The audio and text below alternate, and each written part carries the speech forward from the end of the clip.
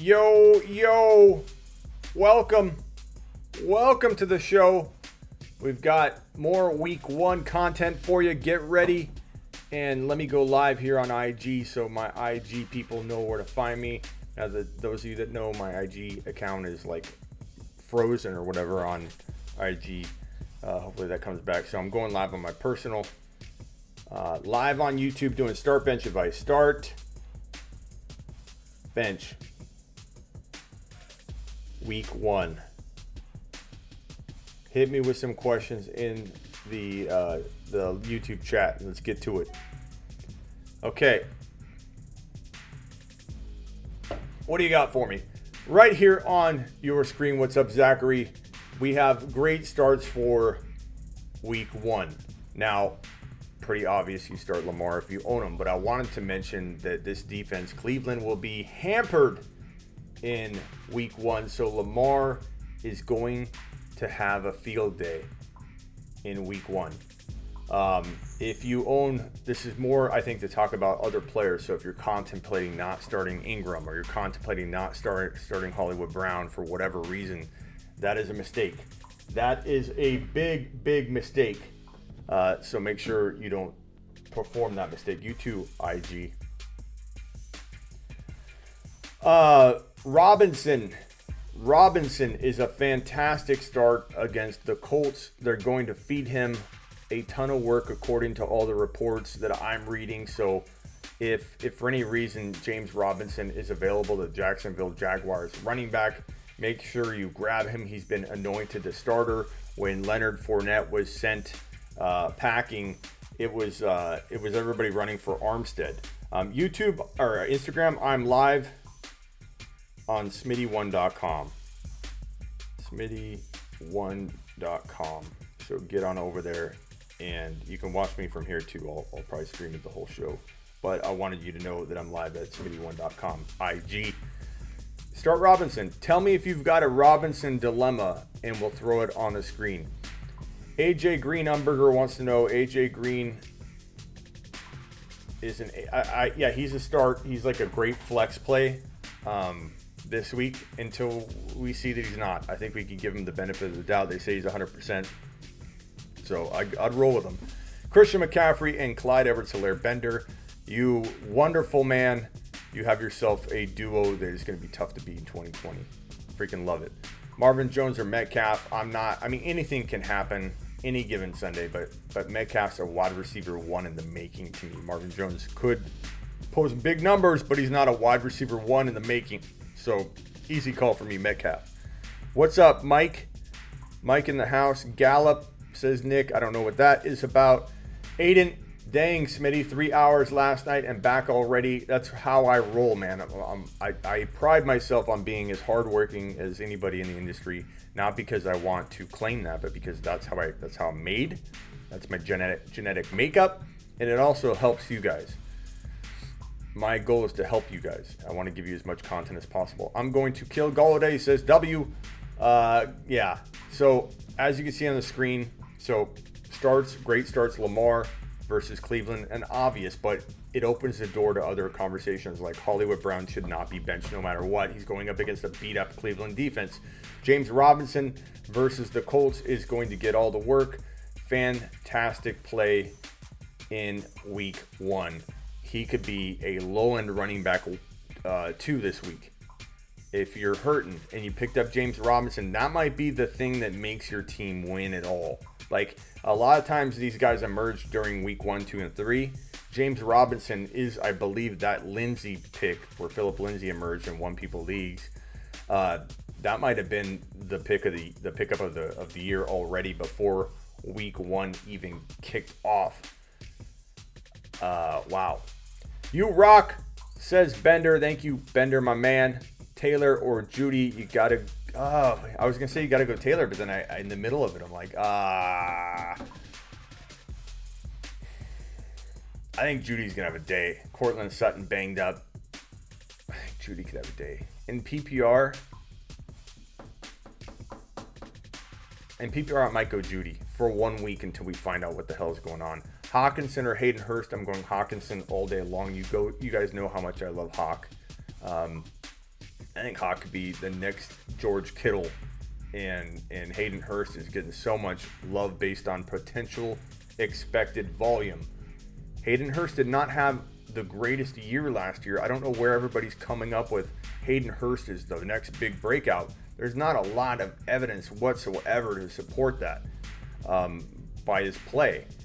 And I know the volume should be there because tight end volume is huge in his situation, but I'm not buying into Hayden Hurst like everybody else. I'm just not to the degree that I'm passing on my breakout TJ Hawkinson, who I think will be at least have the best shot at being the next George Kittle. What's up, IG? What's up, Matt? What's up, Actor? What's going on?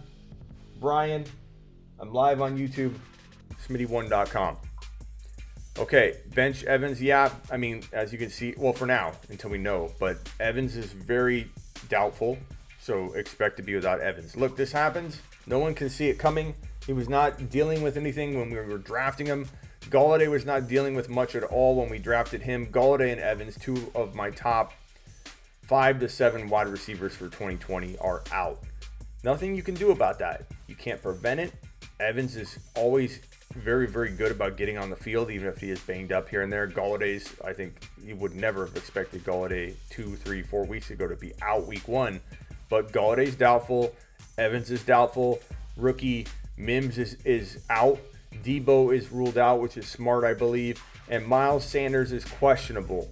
Now, we said this from the beginning months and months ago. Dr. Raj and I specifically, the doctor that I have on the show, the specialist, the physical therapist himself, Dr. Raj and I talked about how this year is going to be the biggest year of injuries we've seen in a long time.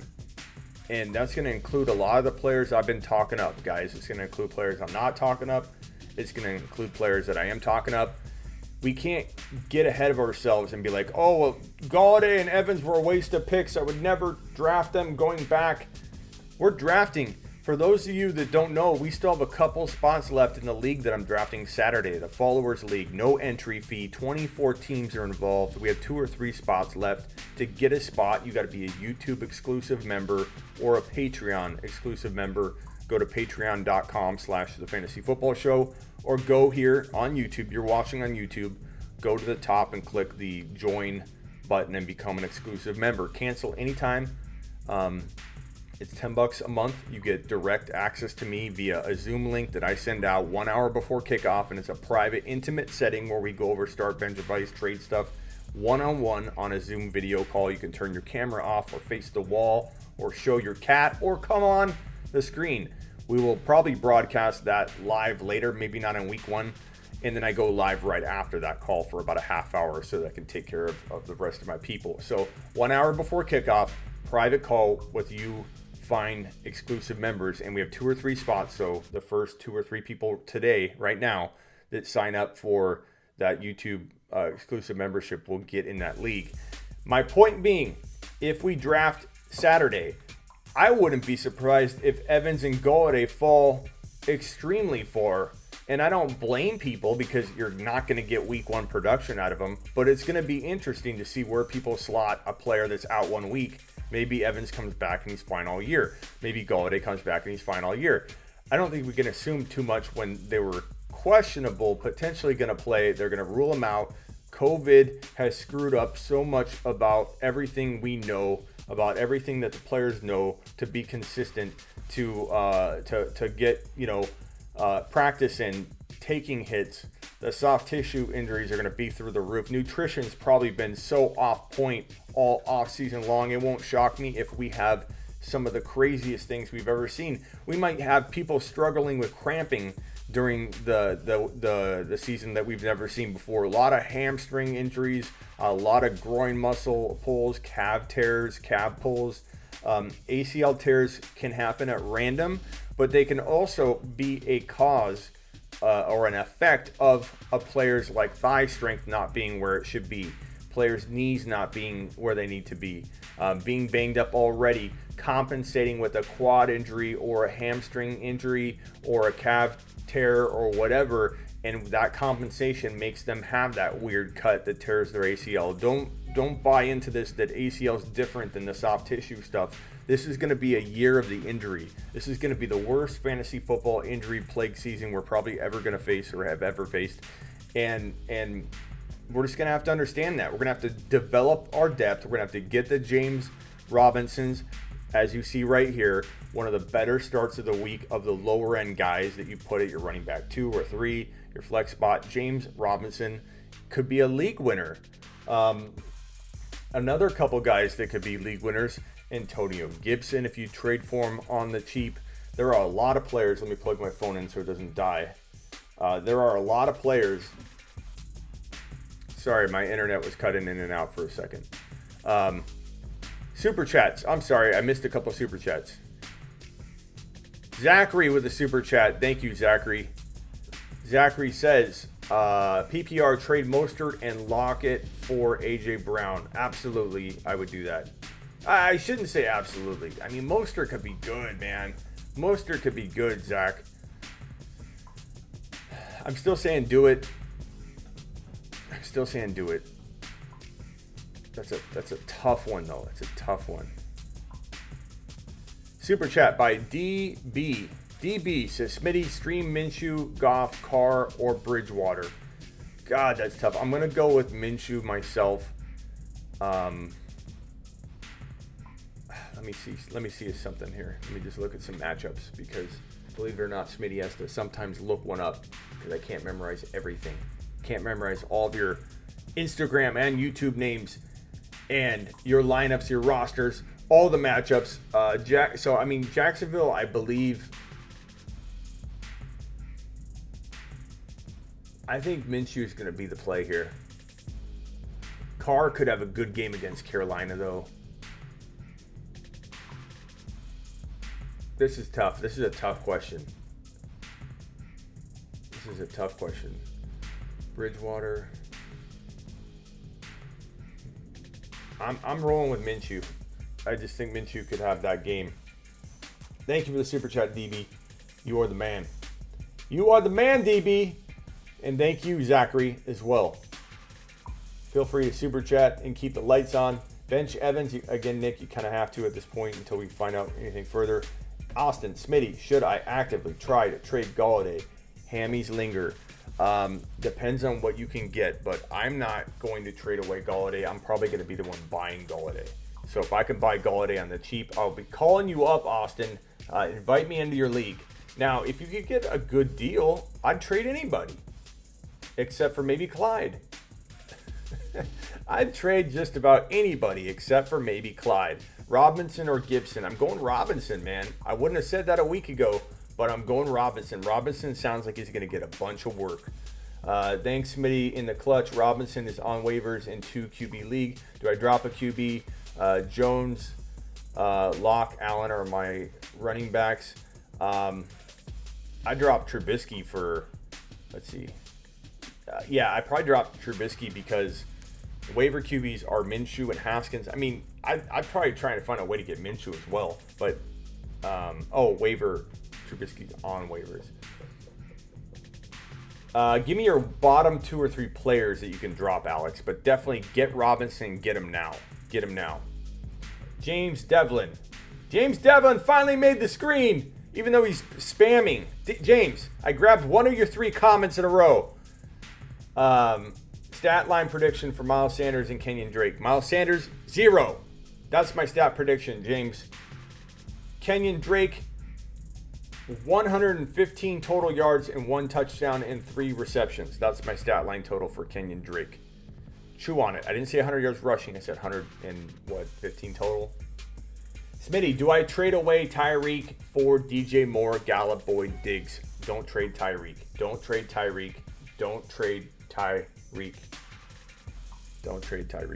Make a different trade. You want to root for Clyde getting touches? Dude, that offense Mahomes could throw for 5,000 yards, and he's capable of 40 to 50 touchdowns. A big range there. There's enough to go around. I have Hill, I have Kelsey, and I have Clyde and Mahomes all on one team. And that's not the league I'm even talking about where I assembled all the Chiefs for an experiment. I've got leagues where I have Mahomes, Kelsey, Clyde. Mahomes, Hill, Clyde. Mahomes, Kelsey, Kittle. All right, Mahomes, Kelsey, Hill. And I'm fine with it. Do not make a trade to get out of some greatness. Why would you want to get out of greatness, man? There's enough to go around. Everybody has such knee-jerk reactions to week 1. Tyreek Hill didn't get enough work. What happens when Tyreek Hill has 3 touchdowns and 147 yards in week 4? And you're like, damn it, why did I do that? And you don't even mention week 1 or week 2 or week 3. Things have a way of working themselves out when you throw for 40 to 50 touchdowns and 4,500 to 5,000 yards. He throws for so many yards, we have that big range to talk about. Pick one, Edelman, John Brown, or Judy. I'm going Judy. I know I'm rolling the dice there. If you want to roll the dice with me, go Jerry Judy. If you want to go safe, you could go probably John Brown if you want to go really safe. Pick one, PPR, Edelman. Oh, that's the same question.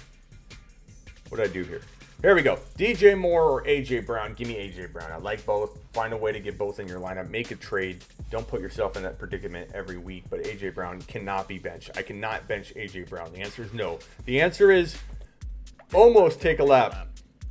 When you ask me to bench AJ Brown. Smitty, start 3 out of these 4. Hunt, Diggs, Deontay Johnson, James Robinson. Pretty easy call for me, even though Deontay could be good. Deontay could be flex worthy at some point. Pull him out of there until we know what's what with Deontay. Hunt is easily going to get, I think, as many targets as Deontay would, maybe, I would say, as a running back, as a guy they want to throw the ball to. Diggs, I'm not benching yet. Robinson, I like a lot. Pretty easy call for me, W. No matter how it works out, that feels like the right call at this time, at this point. Hollywood or Deshaun? Take a lap, take a lap, take a lap, take a lap. Take a All meant with love, John. lap. And just to clarify, anything can happen. Deshaun Jackson's very, very known for blowing up, having 120 yards and 2 touchdowns. Going into the next week, everyone's excited.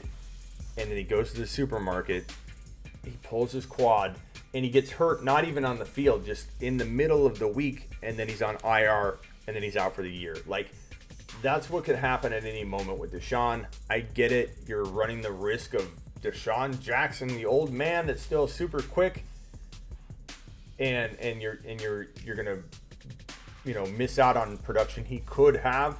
But Hollywood Brown's in my top 12 overall wide receivers, John. I'm not going to tell you to bench Hollywood unless you're coming at me with an A.J. Brown or you're coming at me with a Godwin and Evans.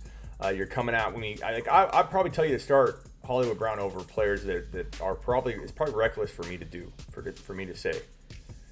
Mostert, but John, I appreciate it. And don't take that take a lap too hard. It's, you got to earn that, man. That's not just given out like candy here. You got to take a lap. It means something. Anthony Miller, Rojo, Rager to replace Kenny G. Probably safe to say Anthony Miller is your play here. Rager's high risk. Probably decent reward, but the highest risk of them all. Miller safe. Rojo probably has something in between. I don't know that I have an exact answer for you, Scott. Sometimes I don't. I don't just make up an answer just to give you it. I want you guys to know that. I'm not going to just do that. This is an indifferent feeling I have right now. I probably say Rojo feels safest overall. If you, Anthony Miller safest if you want to have like no huge shot, I think, at elite production or high end production. But of the other ones, Rojo has the most upside with at least some security of being, like, I think, cemented into like 7-8 points probably. So it's a tough one. Some of these are tough. Sign Robinson, drop Michelle. Yeah, like you should already did that, Matthew. Take a lap. Take a Go lap. do it and come back. Take a lap. Like, leave now. Go do it. Go get him and then come back to the show. Gurley, McLaurin, AJ Brown, Taylor, PPR start 2. A.J. Brown, and logic's going to tell you Gurley, and I'm not going to hate on you for starting Gurley. And like David Johnson, we know that Gurley and DJ could do well in week 1, week 2, week 3, week 4. I think both Gurley and DJ will leave you hanging, leave you holding the bag when you need him most. And I know I'm going to take a lot of heat because everyone's going to say DJ looked good, and I admit he looked quicker than I thought he would look. I can be a man about it, but it doesn't mean I believe he's going to stay healthy. He got hurt during the game. He did come back in, but we had people going crazy already, going, he's already hurt. They're looking at his wrist.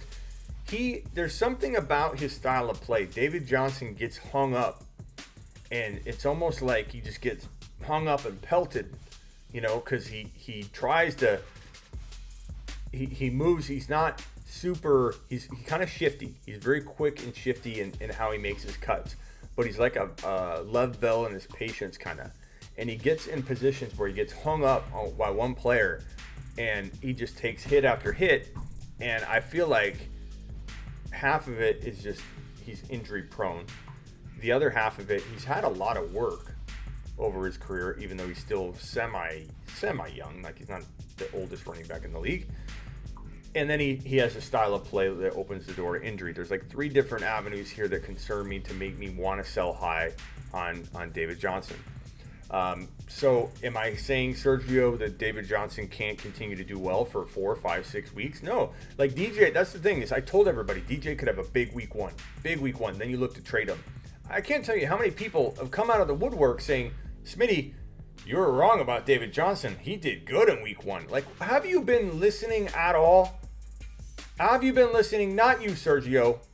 I'm yelling at the person Take a lap. that says things before they actually like look into it.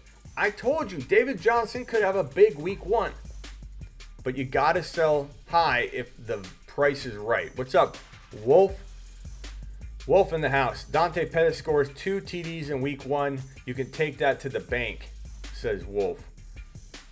Wolf has a movie coming out soon. Wolf, keep us posted when that movie hits, man. We want to know. Wolf's been in Ocean's 11, Mr. and Mrs. Smith, and this man's a beast. James Robinson is a 3-down back, says Art. Art, you're not wrong, probably, maybe. Let's hope. Rock says, take a lap, Smitty. I take a lap every single day, Rock. I take laps for all of you. But if you're telling me to take a lap because of DJ, no. The answer is no, because I still think he needs to be sold. Hollywood or DJ Moore, that is a very tough situation to be in, and you need to trade out of that or figure out a way not to be putting DJ Moore on your bench. I'm not going to tell you to put DJ Moore on your bench, but you cannot bench Hollywood Brown either. Find a way. Will do. Text me when Dante Pettis scores. I will.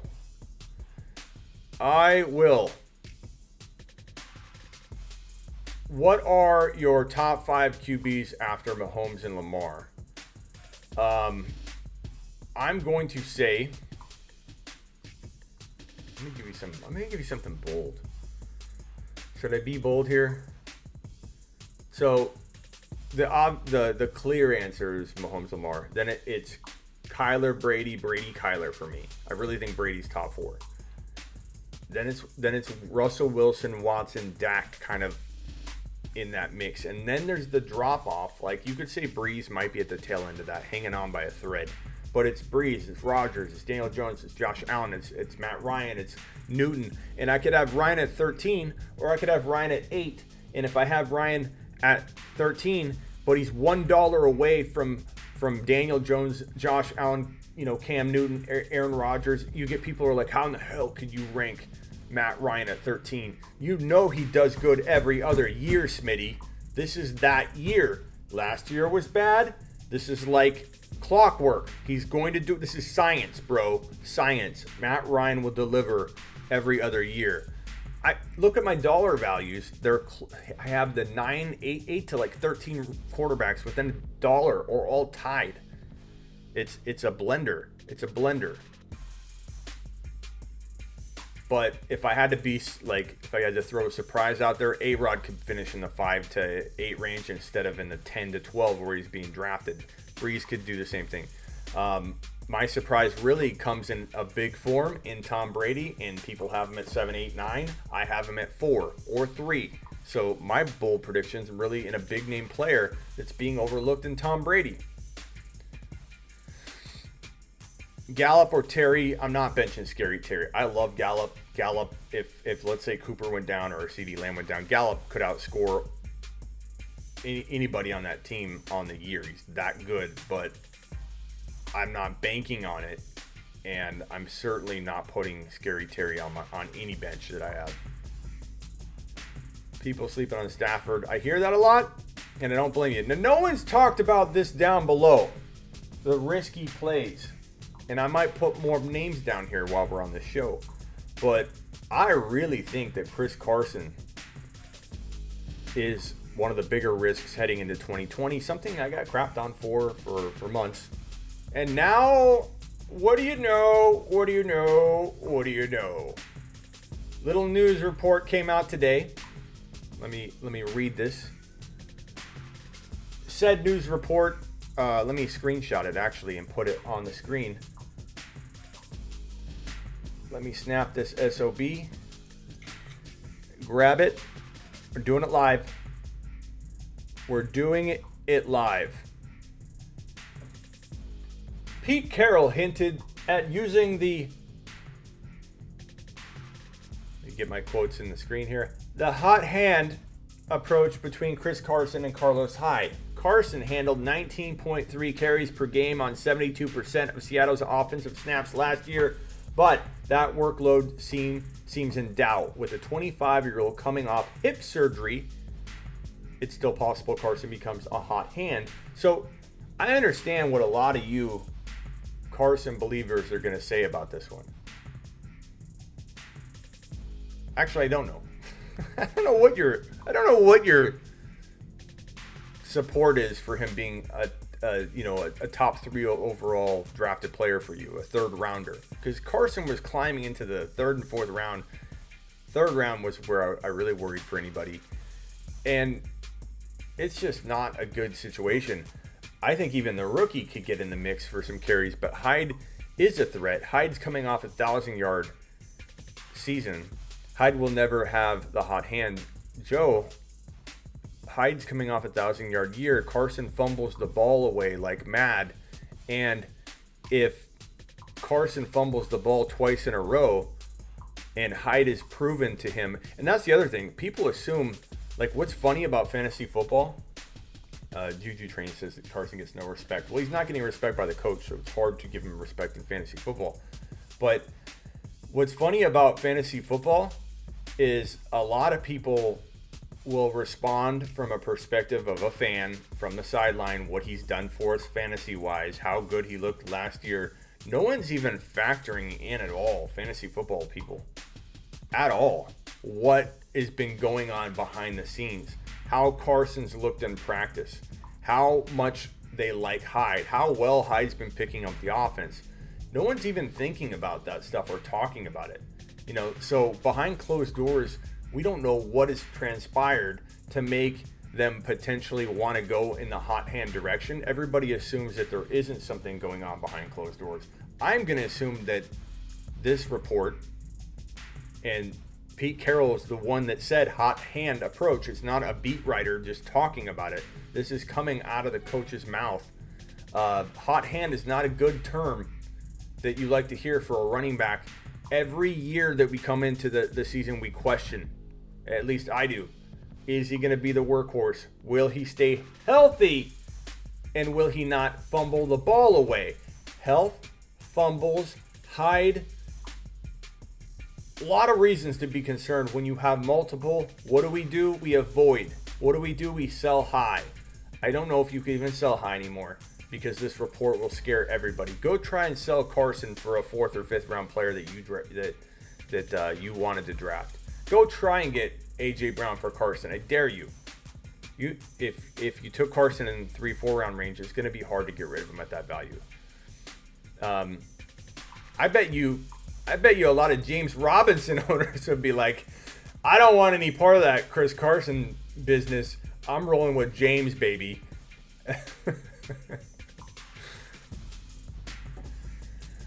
Oh, Rock, it's okay if you like Carson and I don't. Like, we're never gonna always agree, Rock. So please don't take offense to it. And you do you. Trust your gut, Rock. You're the man. You know I love having you on the show, bro.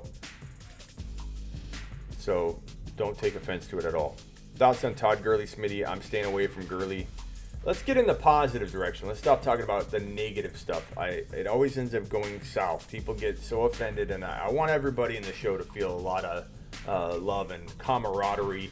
And we're going to go into week 1 on a positive note. So we've got the negative stuff out of the way. Sanders is very questionable. Even when he returns, they might limit his work to keep him healthy. Not a good sign. This is what I worried about with Sanders. This is what I worried about with Carson. I worry about injuries. I worry about potential timeshare. I worry about fumbles. What fumbles could do to that potential timeshare. There's a lot of reasons to doubt. I'm going to admit, I'm not liking that Evans is sitting. Why would I? Galladay, yeah, these are 2 of my favorite wide receivers for 2020. This is going to happen. Injuries are going to hit us hard in 2020. It sucks. It sucks, but it's going to happen. So let's talk about some good buy lows right now. So buy low targets. And let's get rid of these because we don't. I'm actually going to say Evans and Galladay. So I shouldn't have deleted them. Evans, Galladay, Taylor is still a good buy low for whatever reason. Brady is still a good buy low, and Brady having Evans out could make people sell him. But so far, this is actually a pretty good list of players to buy low.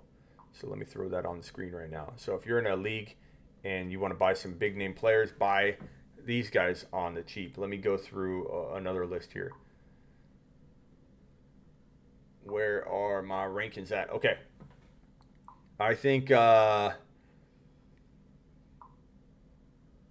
good luck getting Clyde Edwards-Helaire even remotely high, let alone low. Drake has some value, I think, that you could consider a little bit low. Let's see. DK, Chark. Let me put DK and Chark on here as well, because the reason I'll say that is I get a lot of questions about who should I start this week. You know, Chark, and then it's a player that I don't even like that much. So people that own DK are, for whatever reason, looking to bench him for a lot lesser options. So I think that makes them crack the list here. That would be some of the bigger name players that I would go get. Some of the smaller name guys that I would go get, Hawkinson at tight end. I think Hawkinson's going to have, in my opinion, that Andrews type season if he can stay healthy. I think, let me pull up a couple other deep guys. You know who a player I like that could end up climbing value boards later is Swift.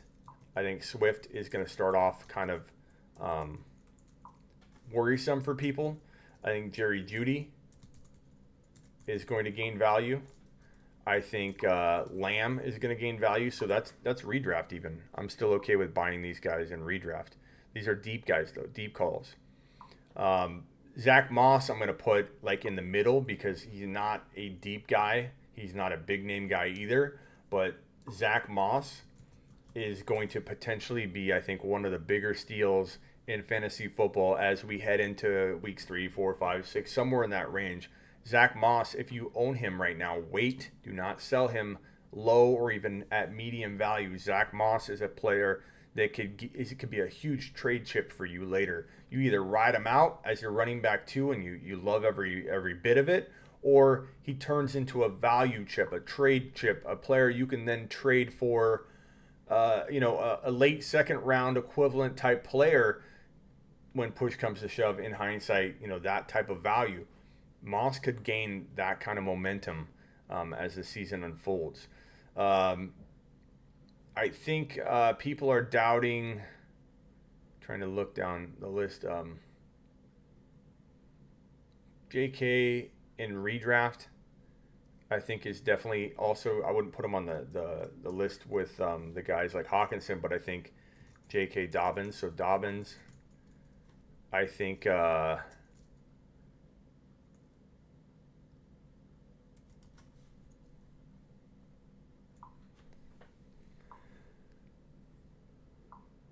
I think Hollywood Brown. Did I put Hollywood on here?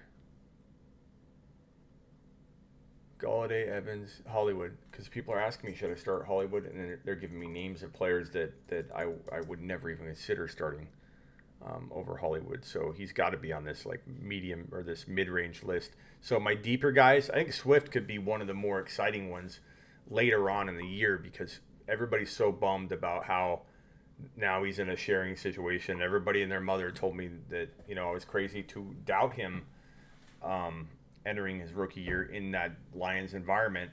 And this is a good example of when a player can go from a guy I doubt to a guy that I actually go and buy because the value drops into such a good range that you can make out like a bandit and not give up that much, not risk much at all. Sell DJ as fast as you can, says Double A. I'm on board with that. I'm not saying that he can't do well for even half of a year, 4 games, 5 games, but DJ does not feel like the running back that you can trust when all is said and done. And I venture to say that he could be one of the guys that excites you the most in the next couple of weeks, but he also could be the guy that makes your season fall flat on his face. And he'd be that player that you would mention the next year. I'm not going near him. I'm not touching him. He ruined my year. Even if he had a good season. Like some people talk about Dalvin Cook that way. Dalvin Cook missed the final game for him, and they're like, I'm not touching him in 2020, even though he dominated all year long. So is DJ really the guy you feel is going to start 16 games? I don't think so, man. DJ, to me, smells like one of the biggest injury risk players in the entire league. And when you can get rid of him right now at value where people are coming at me and saying that I'm crazy off base because I still doubt DJ, you're not listening to what I'm saying. He looked fantastic last night, way better than I expected him to look. This is great news if you ended up buying him because you can sell him on that. Yeah, Fournette's another good one, Ray, that I'll put in this Hollywood Brown section. And here's a perfect example of when a guy that I doubt changes value. And Fournette for sure could end up being extremely valuable at a bargain type price tag. Fournette could climb into low end running back one number, sure.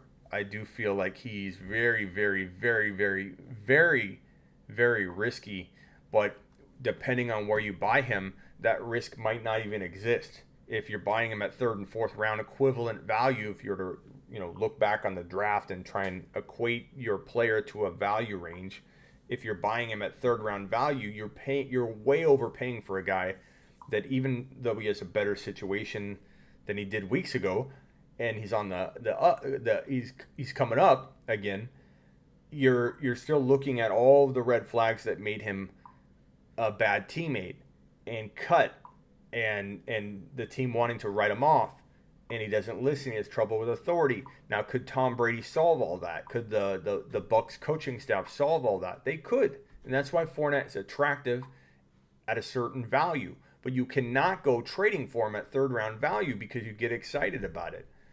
Evans and Galladay, buy them at mid third to fourth equivalent. Looking back at a draft and trying to figure out what's what, late third round value. I don't think they're going to drop much more than that based on one game, but Evans and Godwin could definitely hit a home run from late, third type of value. We're talking about in the third round, you're talking about pick 26 to 30, roughly 25 to I would say the 40 range. You could probably see Evans or Godwin bounce around that value range in a trade sense. This is below probably guys like Kelsey and Kittle for sure, whereas before they were going right around Kelsey and Kittle. So Jonathan Taylor was a third round pick at times months ago, and kind of fell because of all the committee talk that people kept saying, oh, he's going to start off slow. He's not going to catch a ton of passes as a rookie. All those things could definitely still be true. In fact, they probably will be. But that's made him fall into the late fourth round. He fell into the late fourth round in a lot of drafts that I did in the tail end of the draft season. So the last 2 weeks of drafting heading into week one, I got Taylor as a late fourth rounder, top of the fifth, over and over and over. He became one of my favorite running backs to grab that late. I still believe that value's falling in a little bit at least. I think Clyde Edwards-Helaire blowing up might revive it, so you might get pushed back today and tomorrow than more than you thought on poking around at a Jonathan Taylor trade, because people are going to connect it and say, oh, well, if Clyde did it, I think rookies might go off this year. I think Jonathan Taylor could be next. So don't be shocked if Taylor becomes a guy you can't acquire in a trade, because people will think that all rookies are going to blow up. I would trade away Akers on the high, even though Akers could have some upside if the Rams leaned on him. I would sell him on the high if you can. People are probably thinking rookies are going to blow up. Brady, I would trade for at anything below 8th round equivalent value. So if you're going to try and go after a quarterback, let's say you've got, I don't know, a Goff or somebody you don't really feel comfortable with, and somebody's got Brady and Breeze or something. You go after Brady, give him Goff, and try and give up some kind of like fourth wide receiver, or maybe some kind of upside guy that you picked up that you don't really believe is going to pull their weight all year, and try and do some kind of small swap for Brady. Brady, I think, is going to be a great buy low.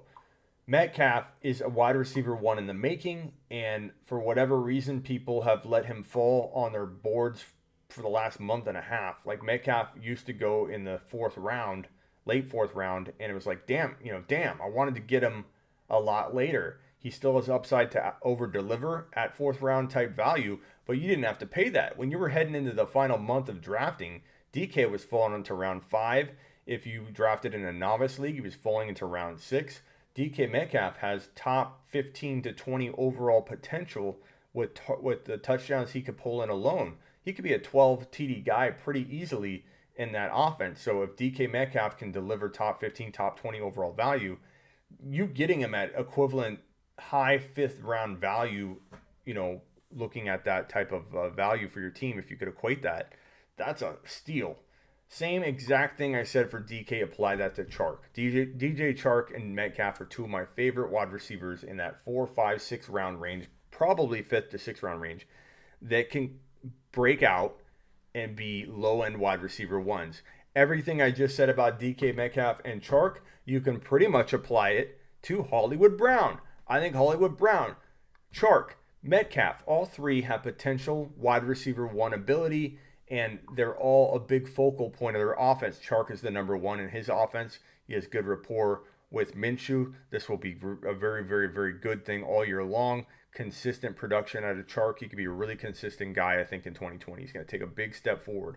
Hollywood Brown, 147 yards, 2 touchdowns in week 1. Got hurt, was hampered by that injury all year long. They took the screw out of his foot. He's been working with the footwork king all offseason long. Hollywood Brown is ready to take that step in an NFL where guarding Hollywood Brown is pretty much an impossible task. In today's current NFL, you can't contain guys like Hollywood Brown. He's like a Steve Smith. You can't contain guys like Tyreek Hill. I think Hollywood Brown is not at the Tyreek Hill level, but a lot of what he does and how he plays and how he's going to look on the field will remind you of Tyreek Hill. It'll remind you of Steve Smith. I think Hollywood Brown is top 12 potential wide receiver value, and I'm going for it in 2020, and I'm going all in on Hollywood because you can get him at 6th and 7th round value. If I'm wrong about Hollywood, guess what? He probably earns very, very close to that same value. He probably gets you very, very close to 6th, 7th round value. You're out nothing. But if Hollywood Brown lands, you could win your league. Woods, Diggs, and Hollywood pick 2. Woods and Hollywood for me, but maybe even make a trade. Minshew top 5 says Brian. That's bold, Brian. That's bold, bro. Taylor and Landry. Taylor. I don't know if that's a question. Sanders still a start. Sanders is a very risky play. Sanders is not, I would say, anything close to a lock to play in week 1. So monitor that and then make your decision accordingly depending on your options. But Sanders is definitely a worry at this point. Riff with the super chat. Riff, thank you. PPR, pick my flex. Kareem Hunt versus the Ravens or AJ Green versus the Chargers. That's a tougher one than I would have anticipated a couple weeks ago. AJ Green reports are he's 100%, that he looks good. I don't know what kind of rapport he has with Burrow. I don't know how well that offense is going to mesh. I worry about that offense a lot. He could be 100% but still not get all the work because they want to ease him back. We don't know. So I'm kind of leaning Kareem Hunt here, but you wouldn't be crazy to go either direction. But Hunt, I think, is going to be locked into at least a solid amount of production no matter what. And if that evolves and unfolds into more and more work, that's when Hunt wins a league. We're expecting Hunt to get enough work right out of the gate to be flex worthy. That's about where AJ Green is, but I think Hunt's got no risk. Hunt also has the upside. If something happens any game, mid-game to Chubb, Hunt comes in and has 120 yards and a touchdown that game, the game that he's called upon. So he has a little bit of upside built into every start that you could look at from that perspective. Who should I start at flex? Odell Beckham Jr., Carson, James Conner, McLaurin, Diggs, Chat, or Smitty? Who do I start as their flex? Carson. So Carson, I don't because of the news today that they're going to do a hot hand approach. He could be the hot hand though. He gets hot and they feed him all game long. So there's risk of putting him on the bench. I get it, but Connor's the one that's steady right here. I love McLaurin. I don't like you benching McLaurin. You've got a lot of options here. You need to combine some people and make some trades and upgrade one of your lineup pieces using these guys right here. Trade Carson and Connor or Carson to upgrade your running back 2 into another running back 1. You have to make trades. You're going to get these wrong every week. No analyst is going to help you land this, more than 50, 60% of the time. McLaurin, how can you put McLaurin on your bench? McLaurin could have 125 yards and a touchdown on any given Sunday, Monday, Thursday, and very, very rare occasional Saturday. I would not put McLaurin on my bench. I can't tell you to put McLaurin on your bench. I refuse to tell you to put McLaurin on your bench. No. The answer is no, but you cannot put Connor on your bench right now. And Connor's got a ton of trade value. I wouldn't mind seeing you trade Connor and Carson, upgrade 2 other positions, and then put McLaurin in that spot. I'd love to see you do that. McLaurin's going to have a big year. Start Hunt over Sanders. I mean, right now you got to, and then if news breaks that Sanders is going to rumble, then you can make that adjustment. Do you think that Stephon Diggs could have a huge year? He could be good. I don't know what you define as huge, but definitely could be good. Bender says 118 people in the chat and only 27 thumbs up. Come on, people, wipe your feet, punch it. It helps me. It helps the show.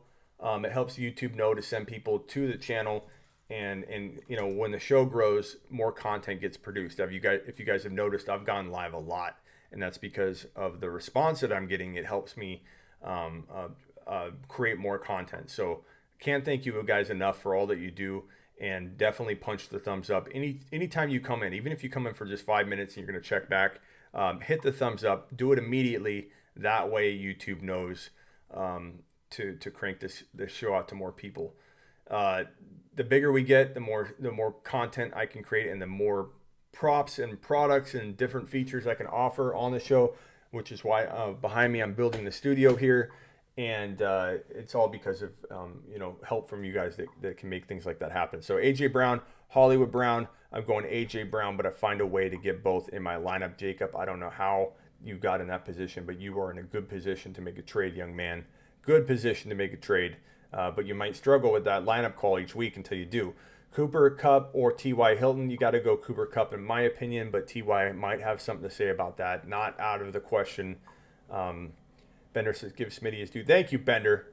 Thank you for the thumbs up. You guys punched it pretty good. 61. I wouldn't mind a little more. We're about halfway to that 113, but hit it.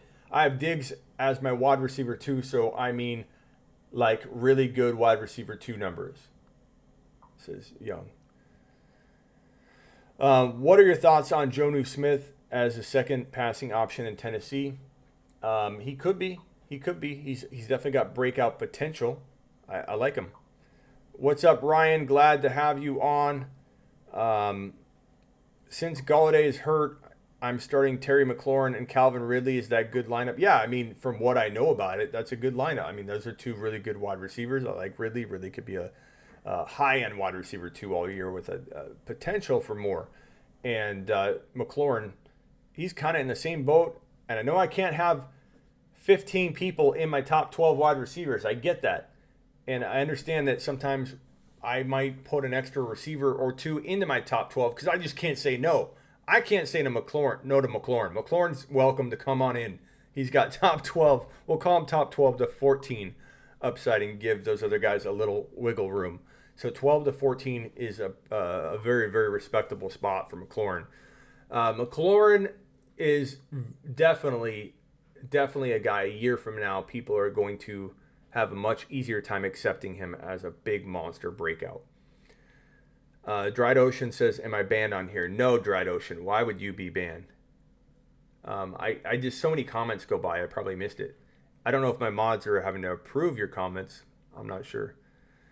For those that I have not given a thumbs up, take a lap. Okay, this is orders from Bender. Bender says if you haven't hit the thumbs up, Take a lap. Take a lap. and then hit it once you come back. Dried Ocean, give me your question and I'll look for it. Moss, Sanders, or Hunt. You got to put Sanders on the bench for now until we know more. Moss, we need to know what volume he's going to get. Hunt, I think, will probably have the best opportunity to get the most targets in week one. So if Sanders is a go, you roll with him. You drafted him high. Against my advice, but you drafted him high, Foster. So I'd roll with him if he's starting. But Hunt's probably the safest if you're unsure what's going on. Start McLaurin. Whoops. What did I do?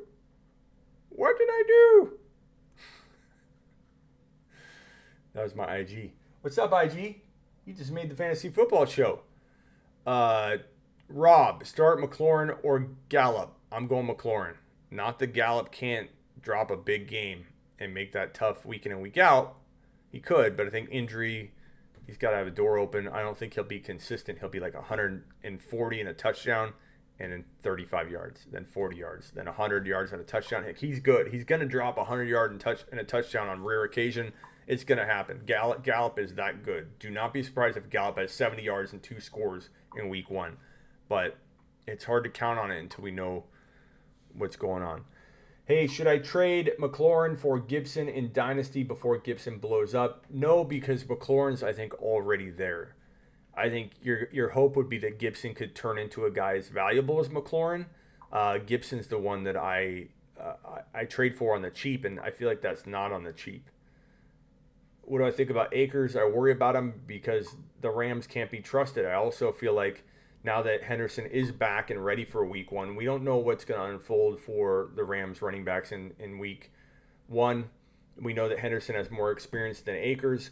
With COVID being such a crazy offseason, is it that weird to assume the Rams have misled you like they have always done with their running backs? We forgot to play Todd Gurley. Or, okay, he's hurt. Oh, he's not that hurt. Oh, we'll move on from Todd Gurley, who supposedly still got it.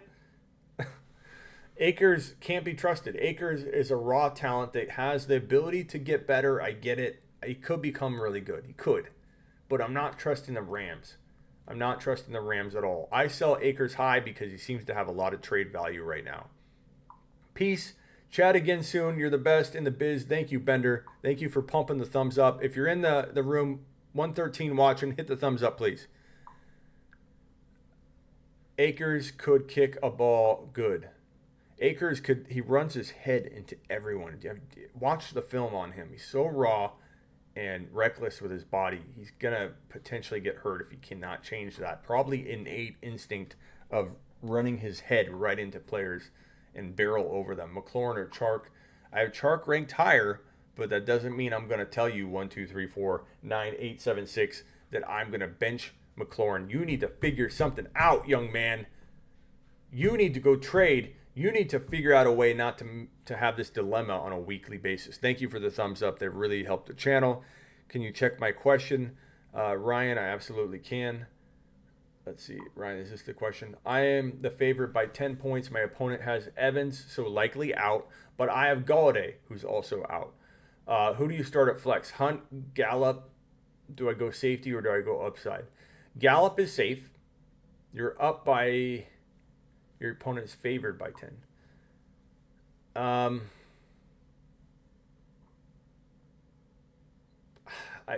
I think I probably lean Gallup until we figure out what kind of workload Hunt's for sure going to get.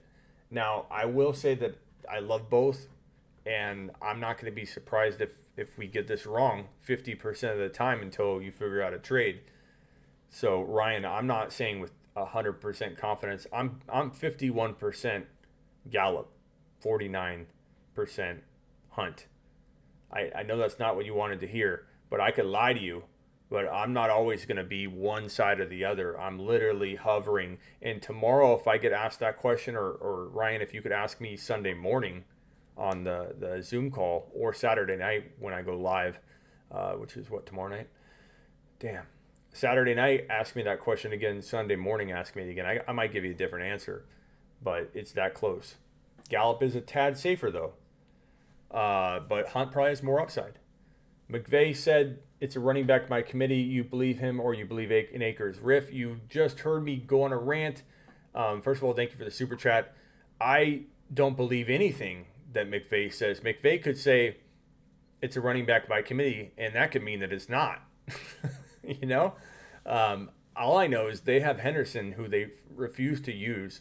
My eyes don't lie to me. Henderson is a really, really, really good running back that was given 30-something carries in the NFL, badly given carries, badly set up carries, bad play calling behind a bad line, and everyone is so quick to say that Darrell Henderson himself was a bust. Not, hey, that was a bust of a situation or bad luck for Hendy, but he'll never recover. I believe that there's talent, Smitty, but I believe he'll never really get a chance to do anything, and it's a coaching issue mixed with maybe his confidence took a hit.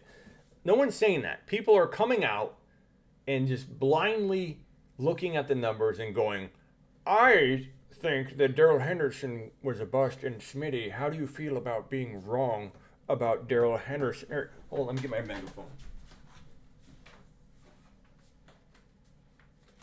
Smitty,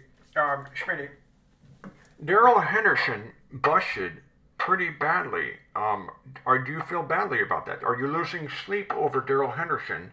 Because you said, Smitty, he would be a monster, and I don't believe in Darrell Henderson at all. Or, I don't know. I have no clue. Gordon or Bell. But Riff, I would say that the odds are likely that McVay and the Rams will disappoint you any way you land. Whether you land on the side of Akers or land on the side of Henderson, they'll start Mack all year.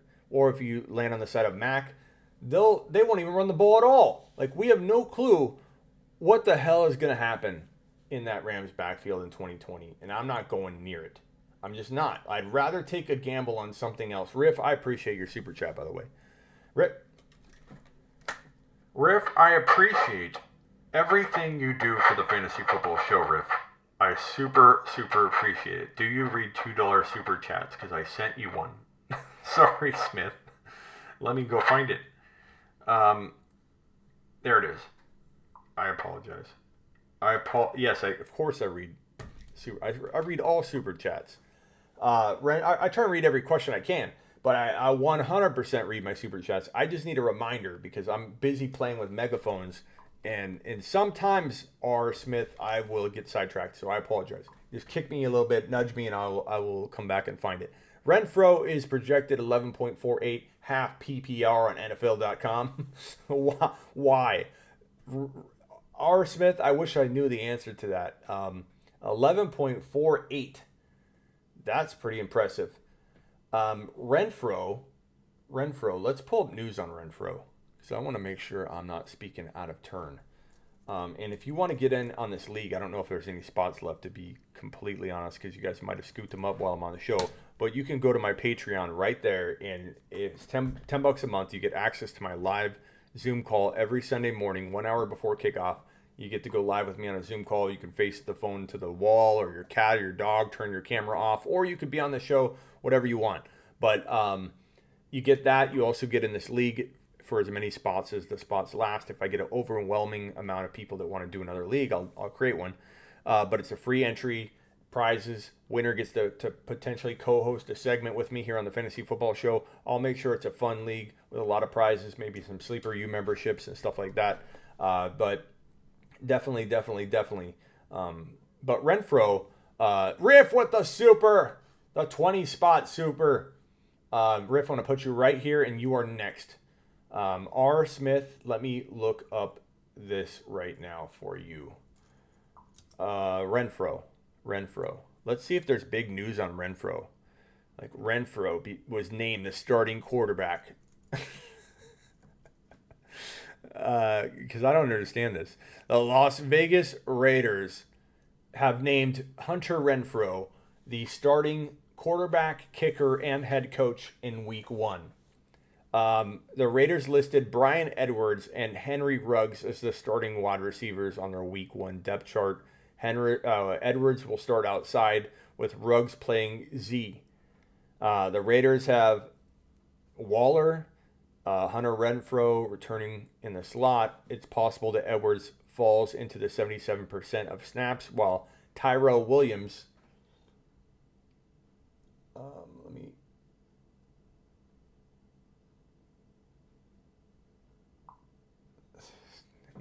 Instagram is just completely off the map today, and this whole week the video just ended. It didn't even post it. Edwards, all that content on Instagram just gone again. Like, this is how they've been treating me all day, all week. Week 1 start bench advice. Thank you, Instagram. Again, Week 1 start bench. We're doing it live. Where was I?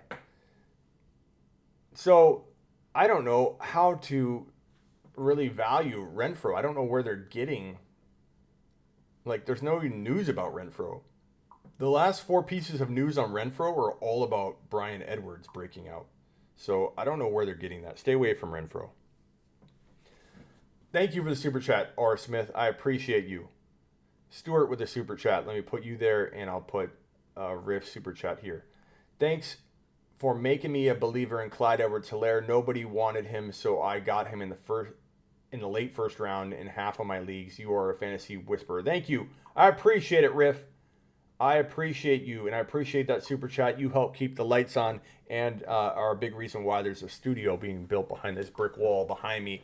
The studio is going to be off the hook. Off the hook.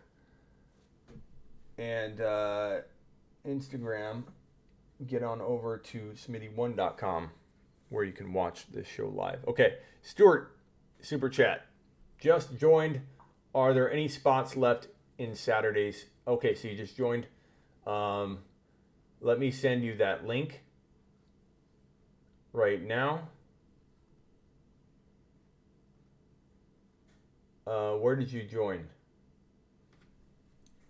I'll look for it. If you joined the Patreon, I will send you the link in a Patreon message. But if anybody else wants in that league, do it quick before the spots go. Buy low on Cortland Sutton or no? I'm going to stay away from Cortland Sutton. He's already hurt. I already worried about, what Judy would do to his value. So I'm going to stay away. What's going on, everybody, on IG? I'm live on the Fantasy Football Show, smitty1.com. Join me there if you are so bold. How,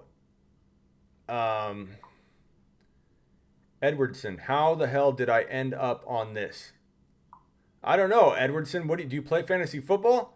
If so, welcome. You're on YouTube, young man. You are on YouTube, and you are currently the star of the show. How in the hell? This is what you like to hear from people. How in the hell did I end up here on this? I don't know. I'll tell you what. We'll give you a take a lap, which is not a bad thing. It just means, you're getting initiated. But this is for you, Edwardson. Welcome to the show. You've been christened. How do you feel about this trade? Eckler and Golladay for Kelsey. No. Oh, chart. and Jonathan Taylor. I didn't see the rest of that until just right now. Eckler and Galladay for Kelsey, Chark, and Jonathan Taylor. I think you asked me this before, did you not, W? Okay, so Galladay's hurt, but even if he's not hurt, let's break this down. Galladay versus Kelsey, you could call pretty close. So Chark and Taylor versus Eckler in redrafts, because if this is Dynasty, I'd take it. Probably take it in a heartbeat in Dynasty, even though Kelsey's getting older. Still a very good trade. Eckler and Galladay, God, that's a good duo. But if you could argue that Eckler and Kelsey, I probably would do that if you can use all three very, very much. If you're putting Jonathan Taylor in an already crowded environment, then I don't know how it helps you, even though it could be good value on its face. That's a tough one, W. So if you could list your entire team, that would be probably helpful. What do you think? What in the heck? I didn't know what that said. Yo, man, who would you run in tight end, Ertz or Higbee? Ertz, man. You can't trust Higbee over Ertz right now. I mean, we could get to that point. The talent's probably there, but no way I'm counting on the Rams. Sonny Michelle. Look at Edwardson. Didn't expect a welcome like that. I'll stick around for a bit. Take a lap. We're gonna keep giving Edwardson some welcomes. Are you into football? Like, what do you mean? You stumble onto the show? Were you looking for football content? Were you looking for a fantasy football show? Because if you were, Edwardson, we are the place to be. This is the #1 fantasy football show in the world. It's growing. You're a Spurs fan. Any Spurs fans here for Edwardson? But we're glad to have you.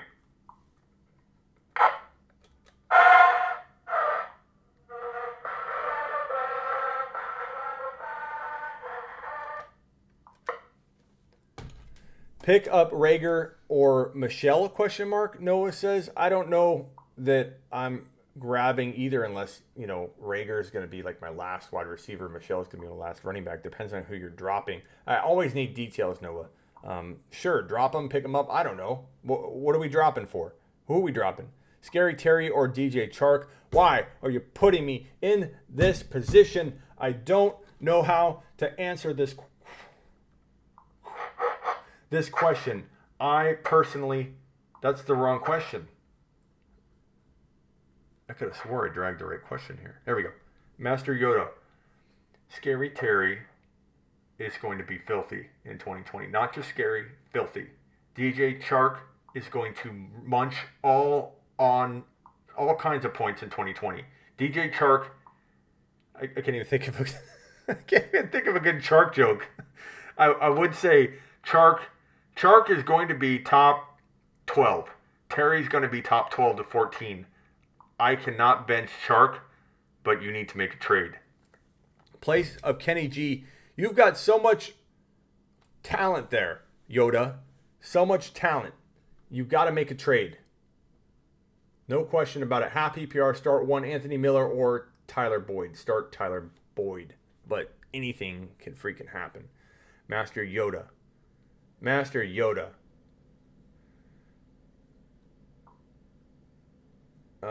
Free spot. Then I'm going Rager because I don't know if Michelle's going to be healthy this year. Chark way better in week 1. You can't bench Chark, right, Spock? You can't bench Chark. You can't do it. This fella knows how to run a live stream, doesn't he? I'm very, very pleased to hear that you're you didn't even want to come in here. You're not even looking for fantasy football content, but the man's staying. The man is staying. He's killing time here. We don't know what he's doing. Are you at the doctor's office? Are you at a dentist appointment? Whatever the case may be, Edwardson, we are proud to have you hanging out with us. Trade David Johnson for Chark? No, you need to get more for DJ because DJ can probably command more. Chark is undervalued. DJ's you could sell high right now.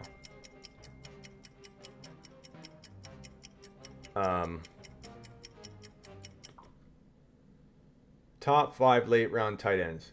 Hawkinson, baby. Hawkinson's my number 1. You could say Fant's up there too. Stuart with another super chat. Stuart says, let me get Noah's question out of the way. Sorry, Noah. Super chat here. Been listening since last year. Joined YouTube. Would be a blast to play S. Morrison. Dream to walk org is my... Oh, no. Get out of here. Get out of here. Just kidding.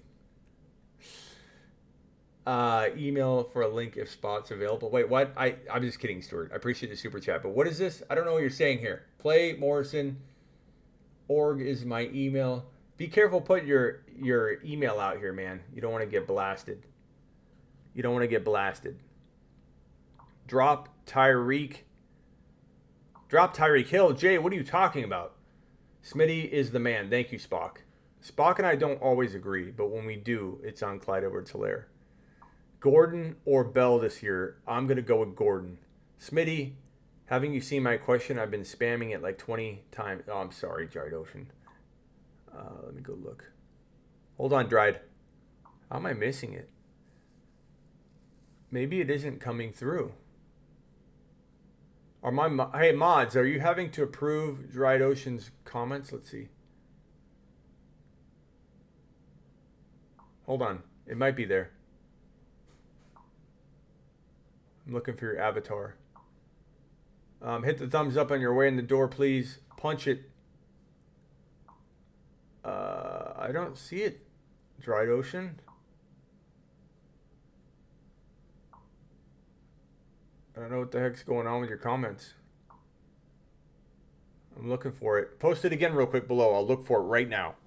If you don't see me see it, then that means it's not coming through. Waller or Hurst? Waller by a mile, Brian. Waller by a mile. Waller is going to be a top 3 to 4 tight end. Hey, Jay, pick up Fant or Rager. Pick up Fant. Wentz or take a risk on and run Burrow out there. Probably Wentz in week 1, but I don't trust Wentz at all. Can't type the org in super, so I had to break up the email. Smith, Judy over Taylor at flex, good or bad? Judy quietly could be better. Ocean, I'm looking for your message still. If you posted it in the last couple minutes, it's gone. Or I don't see it. Smitty, Judy or Taylor.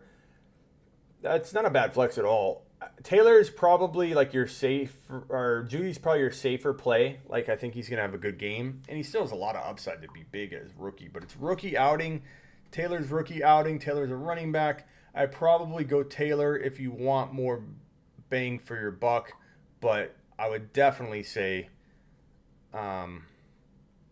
you were just spamming it 10 times in a row. Whatever you're putting in there is triggering it to lock then. So think about that for a second, and whatever word might be triggering it. Why I'm able to see Dried Ocean, your other comments, means that there's something in that chat that they don't like. So reword it real quick. Something's going on with what your verbiage is saying.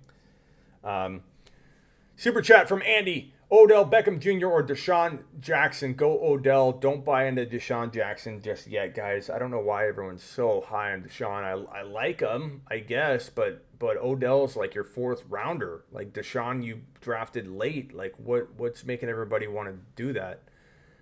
Cohen, Akers, or Chris Thompson. Fournette as your running back too. Akers is probably the safest. Fournette's a little bit riskier, but lots more upside. So you kind of got to pick your poison on that one. I don't know that I can give you a 100% on that. Landry may not play captain, so DJ by a mile. Yep. I have Lamar, Saquon, and Clyde, and AJ. That's a good team. Good team. Love Bell or Marquise Brown. I'm going Hollywood Brown. DJ Moore or Chubb. You got to go Chubb. DJ Moore, Scary Terry, Robert Woods, pick 2. I'm going to go Scary Terry and DJ Moore myself, but you would not be crazy to go Woods. You wouldn't be crazy to have Woods as your number 1 of those 3. It's a close group. It's a 50-50 call across the board. It's a 33.3333 and 33.333 and 30.333 call. Kevin, Gibson or Taylor? Taylor. But Gibson could make that pretty good. Tonight I was kind of why I was wondering how I automatically got put on here after watching soccer. Do you think this megaphone, pulled you in? Dried Ocean. I see 2 of these in a row. So whatever you fix, can you determine what it is that you fixed? Because now your question is coming through. Something in your question. Need a running back and a flex. Hunt, Taylor, Monty, John Brown, Landry. Landry's hurt. He may not play a whole bunch. We don't know yet. John Brown's risky. Monty's risky. Taylor and Hunt both, we don't know what kind of volume they're getting, but they feel safer. I probably would lean Taylor if you want a little bit more upside, but Hunt if you want more safety. But it's kind of tough, Dried Ocean, but I appreciate you rewording that. I don't know what you typed in, but it fixed it. Do you like Julian Edelman this year? Thoughts? Not a whole lot, Josie, because you're talking about losing the GOAT Tom Brady, who really made Julian Edelman, and now we don't know what's what. We don't know what to make of that offense. He's an okay 3-4 wide receiver for your team, but is he an automatic flexer wide receiver 3? No, not automatic. Edwardson, American football is the greatest sport ever to exist. Tune in. So I love American football. I have to agree. I have a show for it. Do you buy Evans low? 100%, Legion. Go attack. Go attack. I literally just got rid of the I need one. I don't know why that did it. Maybe because you put I need one and you remember I missed it so many times in a row, Dried Ocean. My guess is that phrase that you kept pasting got tagged as a spam repetitive post. And when you tried to paste it again, it wasn't going. So once you reworded it, it went through. So everybody be careful, especially James Devlin. Be careful what you post over and over and over and over. It will be tagged as spam by the automatic system here. It's not me. It's not my mods. Dried Ocean, maybe we even make you a mod. Do you think Tyreek Hill should have got the ball more last night's game? I mean, of course you want all those players to get more. The bottom line is that they got a touchdown call back. They got another touchdown call back. The momentum was crazy. That momentum got stalled. Don't think for a second that couldn't have been a 50-point game for the Chiefs. They scored 34 points, only 34 points. This was essentially a bad game production-wise for that entire offense. They could score 45 and 50 on the regular. So Tyreek Hill will get his. Don't worry about Tyreek Hill. Anybody selling Tyreek Hill low, go buy him. Noah says, rest in peace, the fantasy football show. Mike Evans is done. Thanks, Noah. Noah, I always appreciate your support. And number 2, I love when people come on a show, and I know Noah's kind of kidding, but people do say stuff like that. And they're like, we're in the middle of a Clyde Edwards-Helaire party, and they're like, oh, so Evans is hurt, Smitty. You liked Evans in 2020. As if a player can't get hurt. As if COVID-19 isn't taking out players left and right. This is going to be an injury-plagued season, so buckle up, Noah. If you think that all your players are safe, not only is COVID coming from, COVID's not the only one coming for them. Injuries, soft tissue injuries are out for your players. We're going to have so many soft tissue injuries in 2020. It's going to be scary. It's going to be insane. Okay, I'm on the way out the door. I've been live for over an hour, and I appreciate every one of you. And did I answer this question? R. Smith. Sorry, R. Smith. Just picked up S. Miller. S. Miller? You talking about Anthony Miller? To replace Evans 16 half PPR. Do you mean Anthony Miller? R. Smith? Try and get Judy. Try and get, I don't know who you can get to pick up. Scary Terry, Chark, Hollywood Brown, pick one. Why are you doing this to me, Kevin?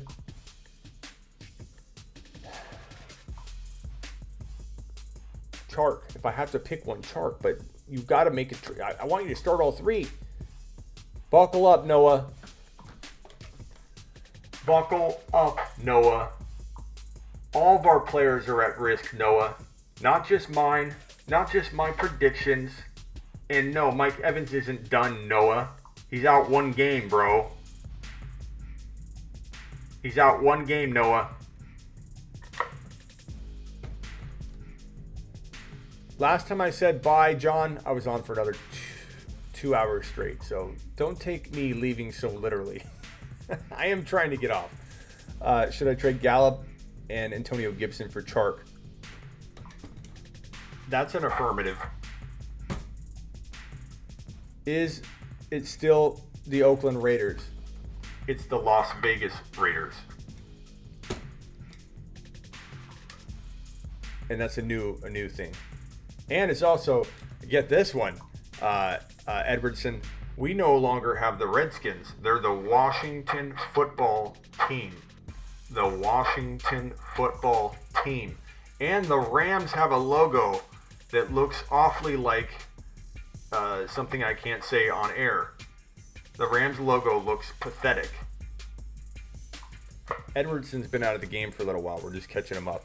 Oh, and Edwardson, Clyde Edwards-Helaire is the #1 player in fantasy football. And I have a little message from the future. I ran across this little video clip that I found. It was emailed to me from the future. And I want to just give it a little play. This was emailed to me from the future. I don't know what it's going to say. I don't know what we're looking at here. I don't know what kind of predictions are going to be made, but I get these emails from the future. And the guy looks a little like me, but he's making predictions and they've all come true.